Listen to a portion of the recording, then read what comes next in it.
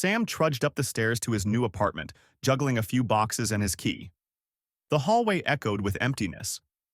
This was his new start, or at least that's what he told himself. He had landed a new job in a different city, with the hope of a fresh beginning.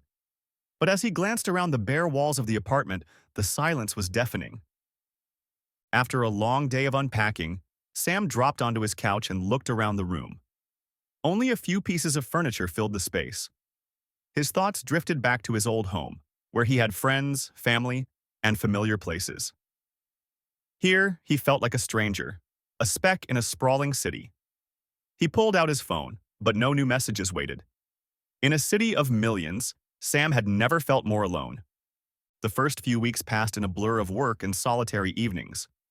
Sam's co-workers were friendly, but they all had their own lives to return to at the end of the day. He tried joining a local gym, attending community events, but the loneliness hung around, like a shadow he couldn't shake. It was always there, reminding him how far he was from the warmth of his old life. One quiet Sunday afternoon, as Sam wandered through a nearby park, he found himself by a small, simple church. The doors were open, and the sound of faint music drifted outside. He hadn't been to church in years. His faith had faded to the background long ago. But something drew him in. Inside, the congregation was small, and Sam took a seat at the back.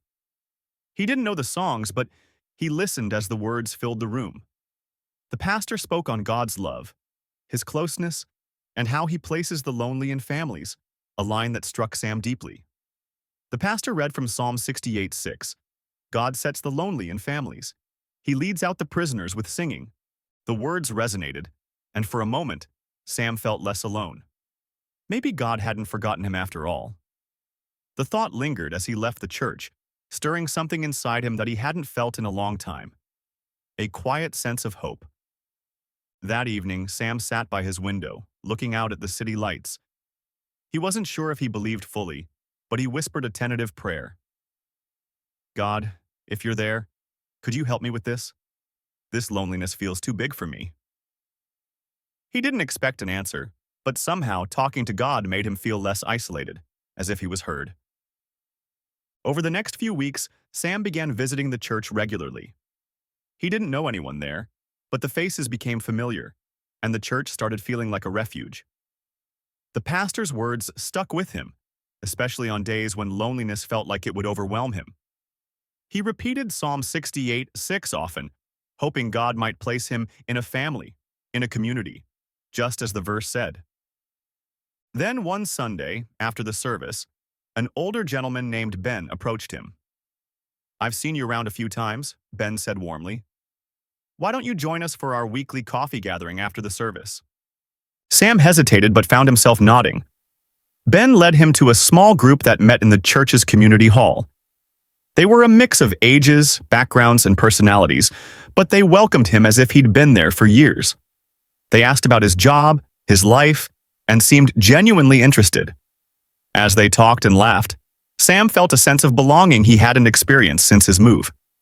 One evening, after joining Ben and a few others for dinner, Sam found himself sharing his story.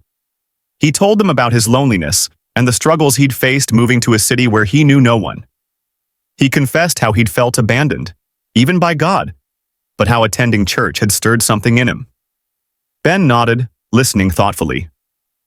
"Sam, I know it can feel like God is far away when we're lonely," Ben said, "but remember what Jesus said, 'And surely I am with you always, to the very end of the age,' Matthew 28:20. Even when we feel like we're alone, He's with us. You're not here by accident." The words stayed with Sam as he walked home. "I am with you always," he murmured. He'd read the verse before, but in that moment, it felt personal, like a promise spoken directly to him. As he walked through the quiet streets, he felt a warmth, a peace he couldn't explain. He wasn't alone. From then on, Sam began each day by remembering that promise. When he felt lonely, he'd pause, take a deep breath, and say, "God, I know you're here with me." It didn't take away the loneliness instantly, but it softened it, making it more bearable. Over time, he began to build real friendships, not just at church, but with people at work and in his neighborhood. Months passed, And as spring approached, Sam found himself reflecting on his journey. The city that had once felt cold and isolating now felt like home. He had friends, a church community, and even started volunteering, helping others who felt alone. One evening, after a long day, he sat on his couch, his apartment now filled with the warmth of photos, gifts from friends, and reminders of the new life he'd built. He thought back to the verses that had seen him through, the words that had first sparked hope in him when he felt like he had no one. He picked up his Bible and read Psalm 68:6 again, this time understanding its truth in a deeper way. God sets the lonely in families. Sam smiled, realizing that God had answered his prayer in ways he hadn't expected. He had been given a family, a community, just as the verse promised. And even before that, he'd had God by his side all along, even in his loneliest moments.